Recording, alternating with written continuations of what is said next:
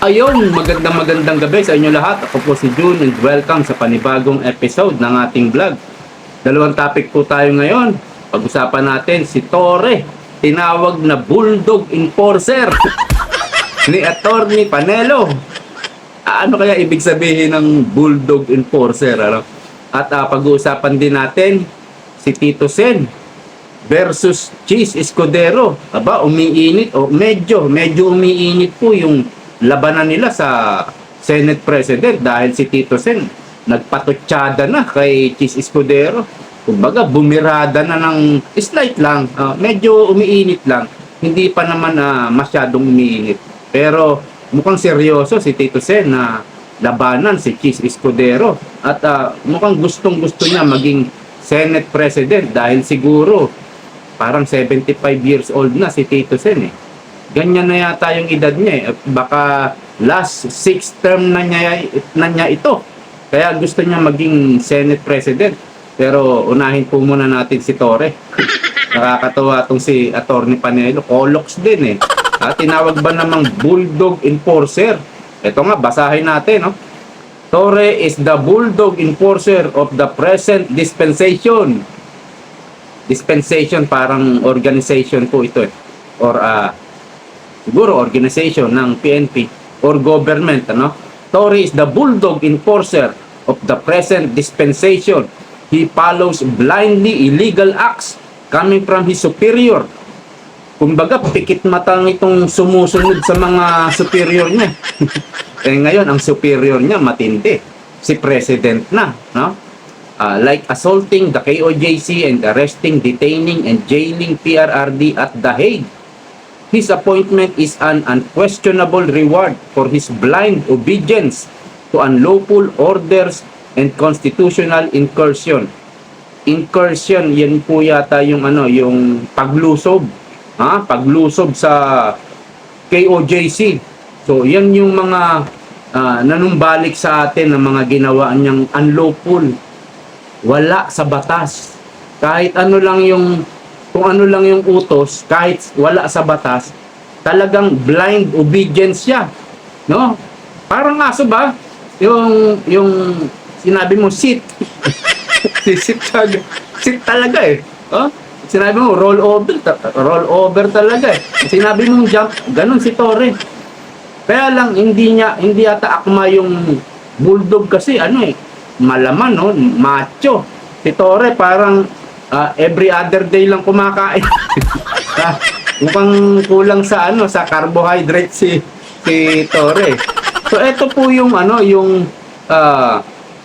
yung naging masunurin ka sa presidente kahit labag sa batas, kahit illegal, sinusunod ang utos ng presidente. Kaya tinawag siya na Bulldog Enforcer. Ang problema nito ni Torre, kapag bumaba na si PBBM at ang naging presidente ay Duterte, saan kaya magtatago ito? Kung ako, hindi ako papayag na hindi managot ito at hindi ko maipakulong ito kung ako Duterte. Dahil ang daming atraso po nito, itong taong ito. Kaya kapag Duterte ang naupo sa susunod na maging presidente, sigurado to. Bingo ito si Torre dahil ngayon naging PNP chief pa. Baka meron na namang gawin ito. Subukan niya lang, talagang magagalit na ang taong bayan. Hindi kay Torre, lalo kay PBBM. Baka magkaroon na ng people power dito kapag kinanti niya si VP Sara. So ito, sigurado to, magtatago na to pag Duterte ang umupo sa susunod na ang sumunod na presidente ay Duterte. Siguradong magtatago ito. Baka mag-abroad na ito, pero kahit saan magtago ito, talagang dapat hanapin ito at dalhin sa korte, no? Dalhin sa paglilitis. At bahala na ang judge kung siya ay ma-acquit. Nasa judge na yan. Kung siya ay makulong, ay yun siya.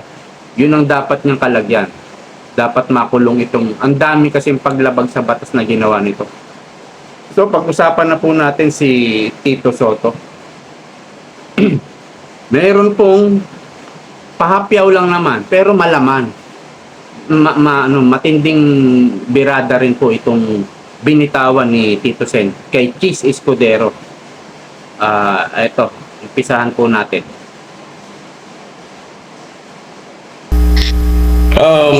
Well, if we will talk about experience and track record, yes, definitely my edge. I have been Senate President for 4.5 years.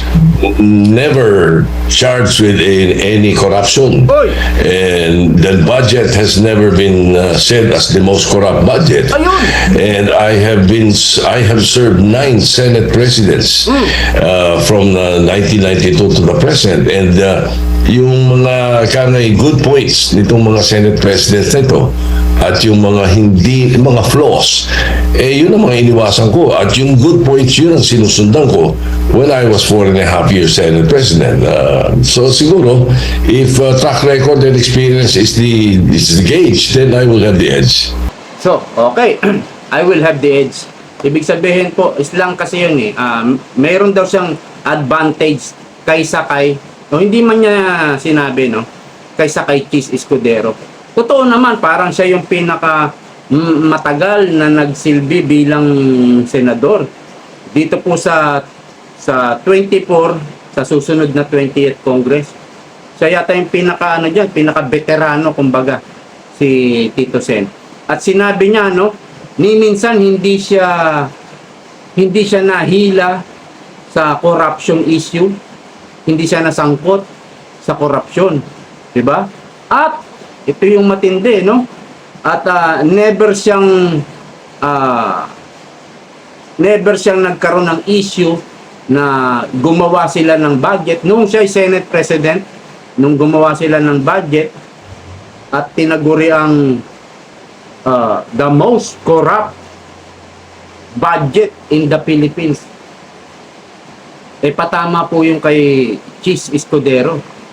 Si Chis Escudero ngayon lang naging Senate President, pero ayun na. Doon sa pagkaupo niya bilang Senate President, doon na rin mismo nagkaroon ng ganyang the most corrupt budget in the history. Yan yung pinunto ni Tito Sen, ano? So, kung ikaw, mamamayan, kanino ka? At kung ikaw, senador, na ikaw ay isa sa pipili bilang maging Senate President, kanino ka? Nasa ano na rin yan? Nasa mga senador na rin yan. At malalaman natin kung ano yung desisyon nila. At ang sa palagay ko, ang malakas pa rin dito si Chis Escudero, no? Pero ang gusto ko nang maging Senate President si Tito Soto.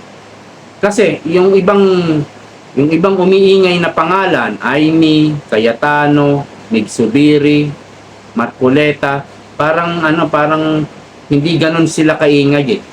Itong dalawa na to talagang mas maingay yung pangalan nila para maging Senate President. So, kay Soto na lang muna ako dahil wala nga siyang nasangkutan na corruption. Nung siya ay Senate President, hindi sila nagkaroon ng tinatawag na the most corrupt budget in the Philippines o in the history of the Philippines. Kaya yan yung ipinagmamalaki niya.